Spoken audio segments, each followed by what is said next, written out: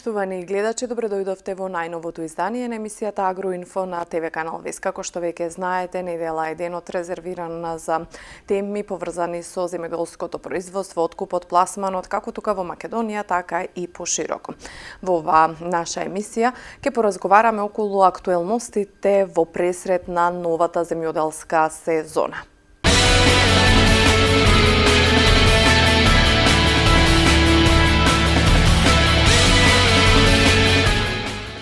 Гледачи, како што веќе најави во главната најава во ова наша емисија Агроинфо, ќе поразговараме околу случувањата во земјоделството на терен.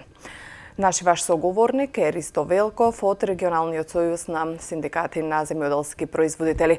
Господин Велков, добро дојдовте во емисијата Агроинфо. Времето се затопли, земјоделците веќе се почесто можеме да ги видиме на терен. Од каде да почнеме? Како помина ланската година или кои се надеждите за оваа година? Прво, благодарам за поканата и се надеваме дека колку толку ќе ја дадеме сликата што се случува на теренот од сферата на аграрот, тоест на земјоделието.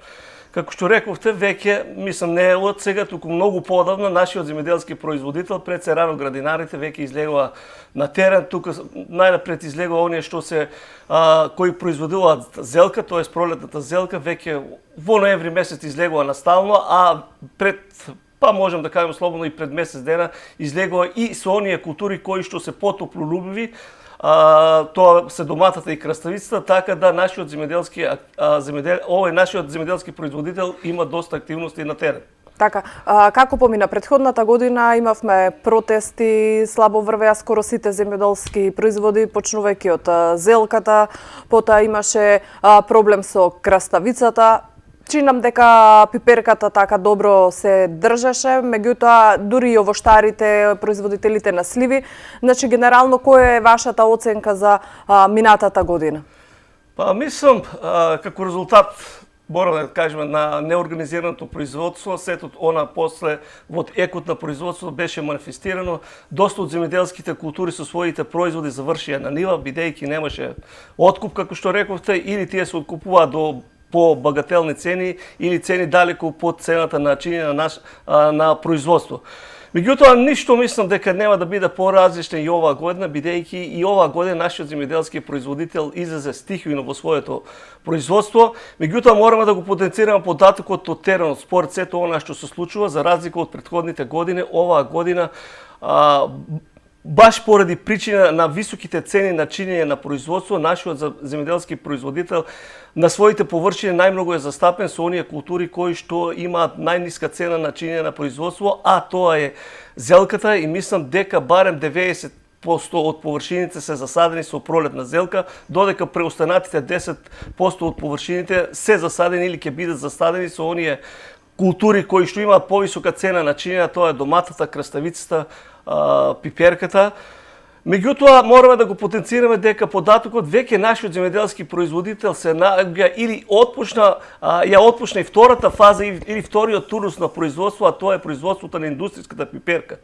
Не мал број на земјоделски производители веќе, иако немаат склучени договори и не знаат по која цена ќе го дадат производ, по колку количини може да продадат на откупните центри, тие веќе, пак ќе потенцирам стихијно, го насадија расадот, расад кој ќе биде насаден на површините, пред се на површините кои што се застапени со зелка, и мислам дека ако не се случи нешто да дојде до некој си организиран откуп, мислам дека ништо подобро нема да му се пишува како и претходните години на нашиот земјоделски производител. Пак маката ќе биде слабо платена и мислам дека тоа ќе допринесе, ако не дај Боже се случи сето она што се случуваше во претходните години, ќе бидеме сведоци се поголем број од површините да не бидат засадени со земјоделски култури, и така да мислам дека лека по лека, како типично земјоделска овој држава веќе стануваме зависна од увоз на храна. Еве ќе земаме еден податок од ланската година. Спрема сите податоци, нашата држава минатата година има издвоено некаде околу 100 милиона евра за увоз на месо, пред се на пилешко, свинско, а загрижува и податокот што дури 40 милиона евра има издвоено за увоз на млеко. и зачудува податокот да и за градинарски производи има издвоено негде околу 7 милиона евра. Ако важиме за една типично градинарска држава, мислам дека тоа мора и ќе мора некој да го загрижува. Вие често заговарате за организирано производство по примерот на тутунопроизводителите. Во годините наназад имало обиди да седнат заедно преработувачите, откупните компании, земјоделците за да заживее договорното производство, но некако добивам впечаток дека само тоа го зборуваме како термин, без реално да има некакви бенефити по земјоделците, по производителите и по сите вклучени во тој синџир на производство на откупна преработка. Според сето она што се случуваше не само минатата и претходните години, јас мислам дека затајуват институциите кои што се инволвирани во секторот земјоделие. Зошто? Затоа што мислам за да имаме едно успешно производство неминовно е консултација или комуникација на Министерството за земјоделие, наука и представници на земјоделските производители. Мислам дека пред 12 година имаше некоја најава, ќе кажам најава за да се формира агросовет, совет кој што баш ќе биде составен од тие ченители, се со цел да се даде правата слика во самото производство и да се знае што се произведува, колку се произведува и како и по која цена ќе биде пласирано тоа производство. Меѓутоа, мислам дека овие 12 години не заживеа. Сега пред неколку дена чув дека има некоја иницијатива пак да се формира тоа тело. Мислам иницијатива што во секој случај е за поздравување, меѓутоа ќе биде за поздравување ако почне да функционира и баш биде составена од тие чинители кои што му се потреби на земјоделието. Пак ќе повторам, наука, Министерство за земјоделие и представници на земјоделците, па тука мислам дека треба да бидат вклучени и преработвачите или откупувачите на земјоделски производи. Така. Што е со квалитетот на земјоделскиот производ? Дали земјоделците престана или колкава е употребата на штетни пестициди, затоа што тука е една ситуација на ножица со две острици. Од една страна се жалиме на ниските откупни цени, но од друга страна дали се случува македонски производ да биде вратен поради високо ниво на отрови во својот состав. Дали земјоделците се дисциплинирани да веќе да употребуваат и биоѓубрива, нешто што ќе го зголеми квалитетот на производот и од друга страна ќе ја заштити животната средина и здравието на консументите. Ќе почнам со последното. Мислам дека е време нашиот земјоделски производител да се преадаптира со примена на органските ѓубрива и органската исхрана во циклусот на производството. Мислам дека и ваквиот начин на производство нема многу поскапо да го коште нашиот земјоделски производител. Меѓутоа, на првото прашање, како што рековте, дали во самите производи земјоделски има застапени повеќе резидуи отколку што е дозволената норма. Меѓутоа, мислам дека самиот факт да нашиот земјоделски производител користи превисоки цени, дава превисоки средства за употреба на пестициди, дали станува збор за фунгициди, инсектициди или хербициди, мислам дека самиот податок на високите цени на чинење нема да дозволи нашиот земјоделски производител за прекумерна употреба на истите. Така да мислам дека нашиот производ баш поради овие причини, а бидејќи станува збор за градинарски производ, тука станува за група на земјоделци кои што се веќе поодминати години, да речеме поминале 50-та и веќе има доста искуство во самото производство и мислам дека во ретки случаи можеби да има, меѓутоа мислам во најголемиот процент нашиот земјоделски производител колку толку произведува квалитетно производство кој што ги задоволува сите норми за употреба. Така. Темата на субвенциите исто така се ја зборуваме многу често. Доаѓаат ли субвенциите во вистинско време на вистинско место? Еве последните денови земјоделските власти наголемо зборуваат за тоа дека ги плаќаат субвенциите во период кога им треба, меѓутоа прашањето е дали тие остануваат како да имаат една социјална димензија или навистина им служат на земјоделците да инвестираат и да го зголемуваат производството и целиот тој процес. Според сите информации од Министерството за земјоделие, мислам дека веќе според нивните податци има исплатено околу 50 милиони евра на нашите земјоделски производители, било од растително, било од животинско производство. Меѓутоа, мислам дека субвенциите не го постигнаа она за што беа наменети, тоест да бидат зголемени површините со земјоделски култури, за големен број на сточниот фонд. Мислам дека од година во година дури и се намалува производството. Меѓутоа, вината е наоѓа, еве јас и кај самите земјоделски производители, бидејќи во немал случаеви на средби прво и прво прашуваат дали има исплатено субвенции, наместо да бидат заинтересирани по која цена и колку своето производство ќе успеат да го пласираат на пазарот, така да мислам прво и основно мора да биде количината и цената по која што ќе биде исплатено самото производство, бидејќи субвенциите што се дават по единица површина или по единица килограм се далеку од оние средства кои што нашиот земјоделски производител ги издвојува при самото производство. Така да мислам најдобро ќе биде нашиот земјоделски производител да мисли како и по која цена ќе го пласира својот производ. Така, што е околу окрупнувањето на земјиштето? Тоа е една од болните точки на македонскиот аграр за малите и расцепкани парцели кои што оневозможуваат земјоделците да направат па и да користат некои современи машини, да го зголемат производството. Почнат е процес на окрупнување, проект за окрупнување на земјиштето. Какво е расположението кај земјоделците? Подготвени ли се на овој чекор? Да, како што ректе, веќе од теренот има информации дека веќе се одржани неколку работилници баш од сферата како и на кој начин да дојде до окрупнување на земјоделското земјиште.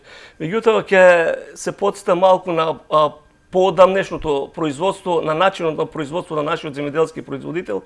Сведоци сме дека во онаа држава која што бевме тоа минатата држава, мораме да го потенцираме податокот дека во таа држава имаше тангирано секоја стопанска гранка во кој регион или во која држава да биде застапено тоа производство, па за среќа или несреќа нашата држава беше тангирана како земјоделска држава и најголемиот процент од производството во тогашната држава баш на територија на Република Македонија беше најголемото производство.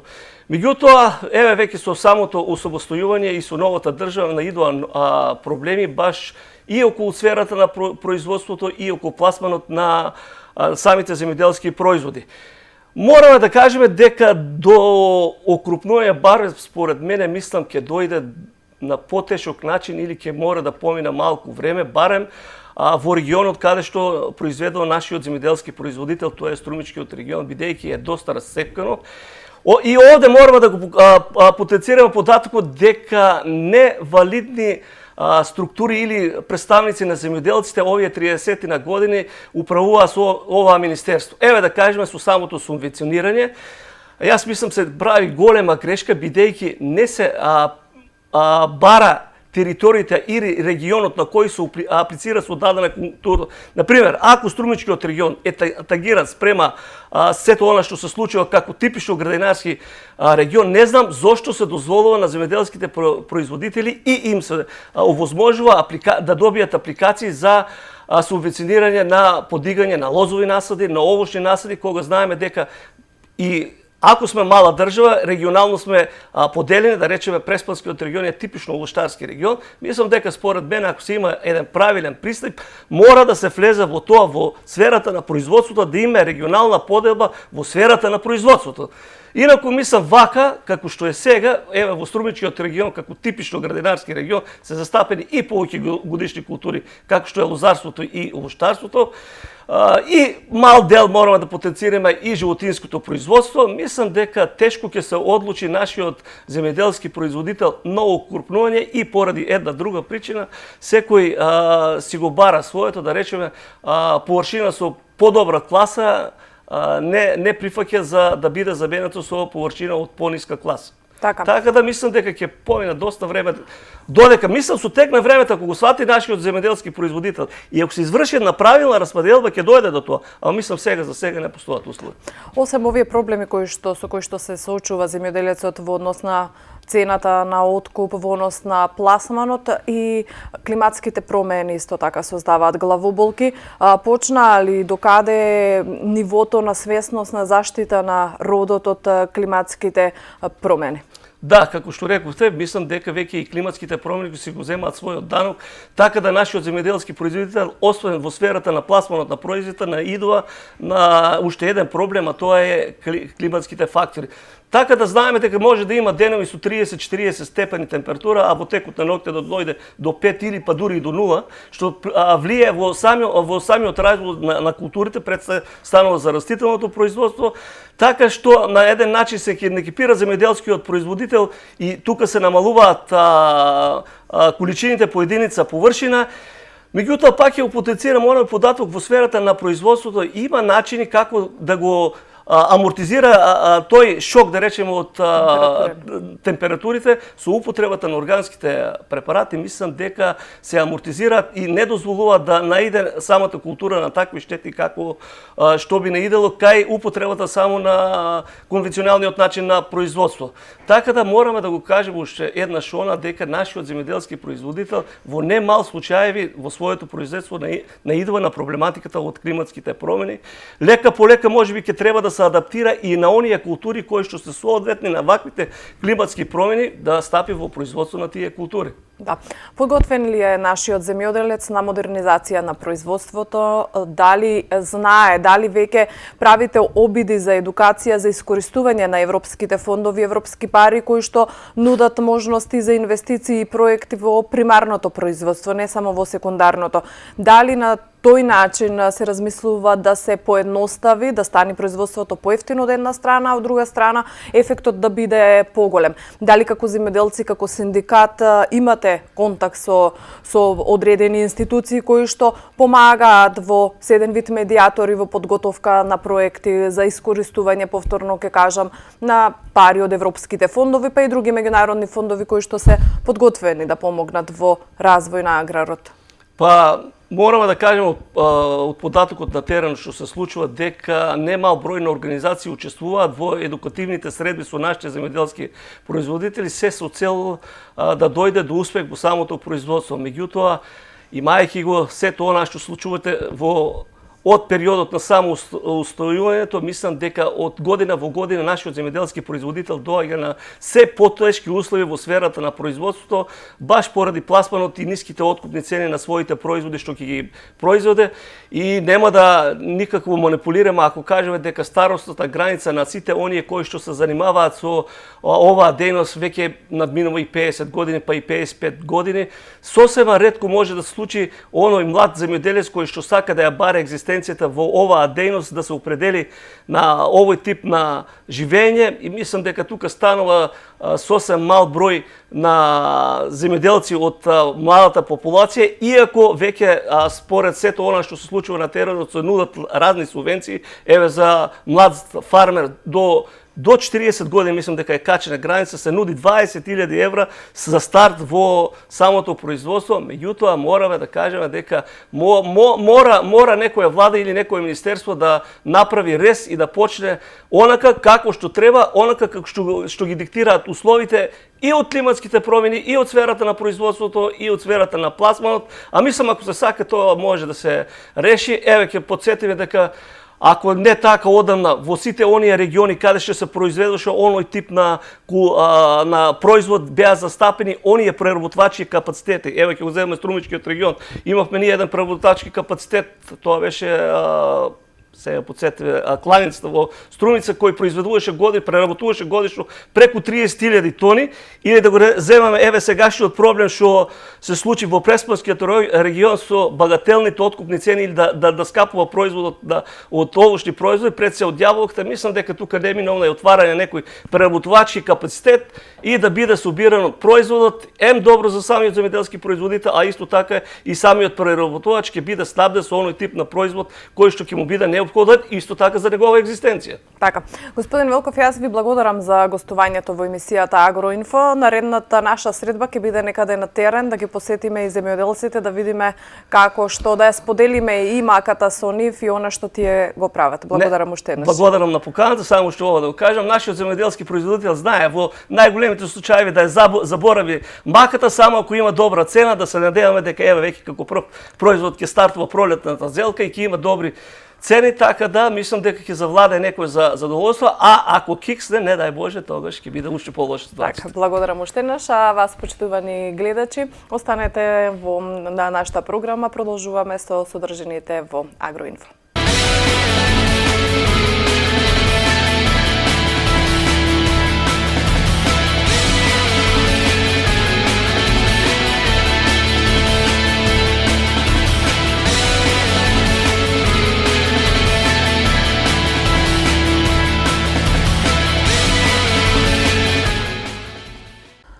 А си како неминовно во Агроинфо и стручните совети кои што за вас земјоделците ги дава Игор Ивановски, магистер по земјоделски науки.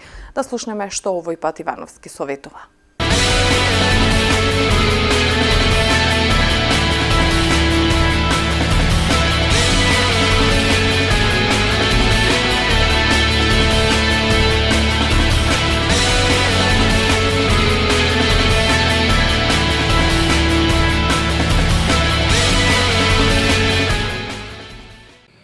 Добар ден, почитувани. Еве, повторно сме со вас во период кога веќе е одамна започната вегетација. Велам започната вегетација во однос на раногринарското производство, голем број на раногринари кои што имат производство во пластеници оранжерии, не само зелката, веќе и другите градинарски култури ги имат посадено на стално место.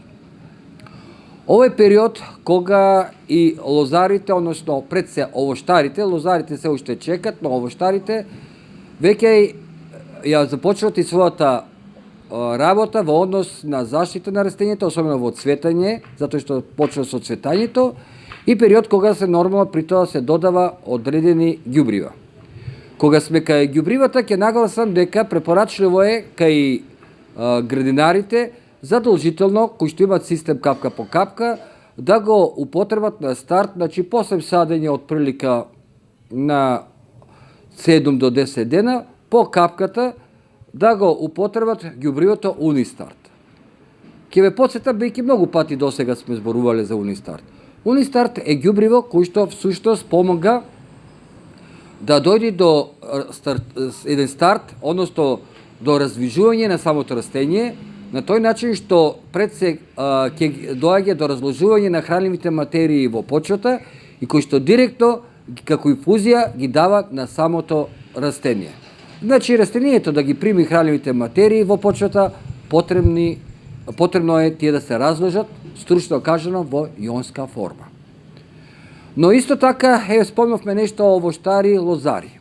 Голем дел од нив се уште немат извршено пролетно ѓубрење со грануларни ѓубрива на самите овошки, односно лозови насади. Мој совет е да задолжително да го употребите ѓубривото Унимакс. Зошто Унимакс е важно ѓубриво? Унимакс е важно ѓубриво затоа што во својот состав има потребни микроорганизми, односно бактерии, од соевите или од видовите на агробактериум, бацилус и слични, кои што всушност вршат исто така разложување на хранливите елементи. Ово го потенцирам затоа што сведоци сме долги години уназад. Може да кажеме и децении, земјоделските производители, лозари, овоштари, градинари, полјоделци ги употребуваат класичните минерални ѓубрива, нормално и некој од нив и дел од нив во помал процент органските ѓубрива. Но овие ѓубрива, за да може и растенијата да ги примат, да послужат како храна на самите растенија, не треба само да се растворат, потребно е пред се да се разложат. Затоа што во колку не се разложат овие ѓубрива, доаѓаат, односно хранливите елементи, доаѓа до трупање во почвата и блокада. Ние стручно агрохемичарите, значи магистрите, докторантите по агрохемија или исхрана на растенија, велиме дека доаѓа до антагонизам или блокирање на хранливите елементи еден со друг. Значи, со текот на времето, бејќи фосфорот тешко се, да речеме, промива или остранува од почвата, како па и калиумот е тука некаде, со текот на времето тој се повеќе и повеќе се трупа. Но, знаеме дека он е доста антагонист, значи блокира железо, па некои други елементи кои што се потребни за самото растење. Па калиумот ќе го блокира, да речеме, азотот, калциум и се така натаму. Сето ова ќе може да доведе и до покачувањето на ецето, односно до покачување и на pH, што пак од своја страна исто така може да доведе до еден вид блокада, односно земјата да ја направиме неупотреблива за самите растенија.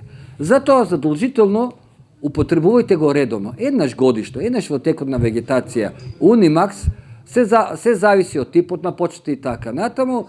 Значи, подобро е употребите го Унимакс, него да трупате минерални ѓубрива, а знаеме дека во почвата веќе ги има минерални ѓубрива и на тој начин, рековме, само правите проблеми, односно штети.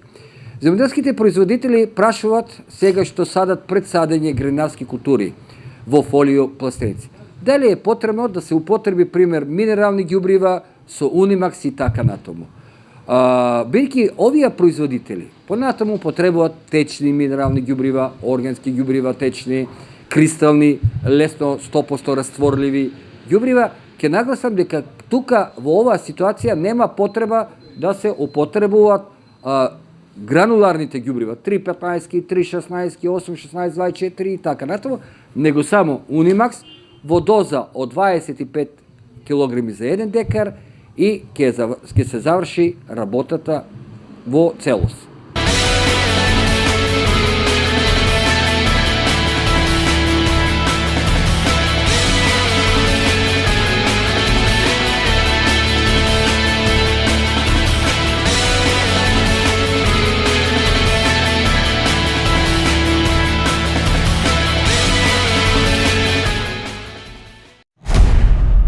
Фолија за вашите пластеници, произведена во Трикорекс технологија, збогатена со 8 адитиви, заштита од UV зрачење, инфраред заштита, спречува магла, роса и појава на бактерии, отпорна на хемикалии и на временски непогоди. За квалитетно градинарско производство одберете Тапан пластик.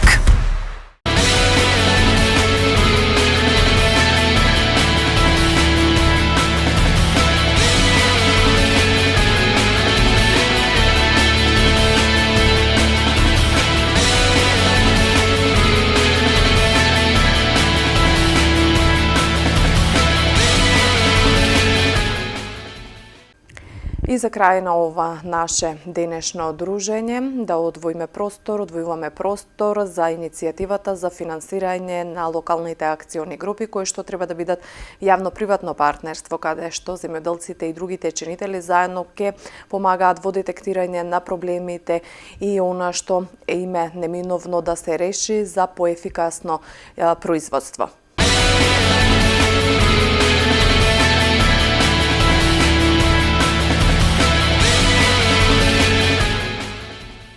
Средства за обезбедување соодветна инфраструктура, објекти, простори и опрема за работа, реализирање проекти, поддршка на рурални бизнеси и рурален туризам, културни манифестации и настани, односно за се она што е во интерес на заедницата, ќе им бидат достапни на локалните акциски групи. Министерството за земјоделство го објави повикот за формирање локални акциски групи, за што има обезбедено поддршка од 14 милиони денари. За секоја група планирани се 800.000 денари.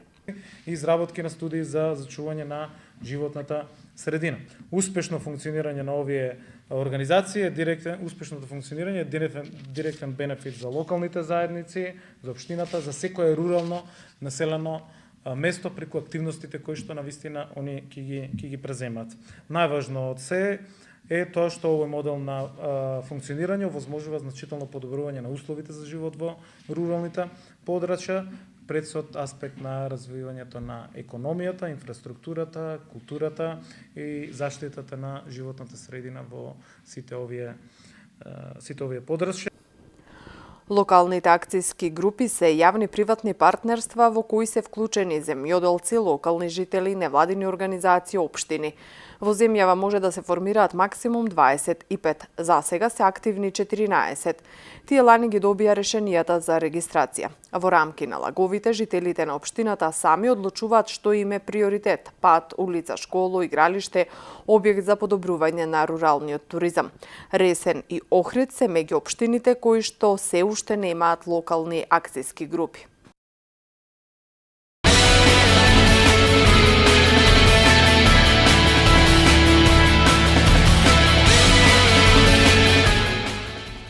Поштовани гледачи, тоа беше се во ова издание на емисијата Агроинфо на ТВ канала. Ви благодарност за вниманието со кое не следевте. Останете на програмата на ТВ канал, ви се секако гледајте на и наредната недела. Пријатно!